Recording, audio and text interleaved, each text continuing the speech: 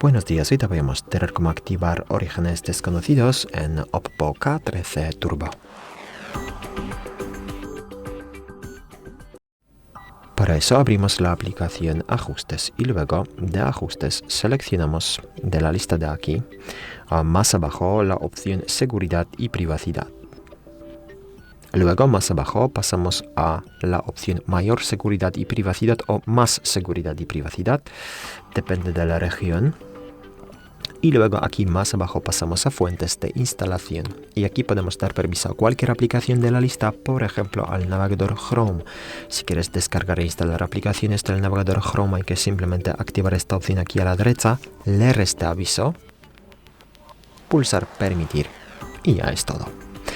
Muchas gracias por ver el vídeo, te comentario abajo, suscríbete al canal. Hasta luego.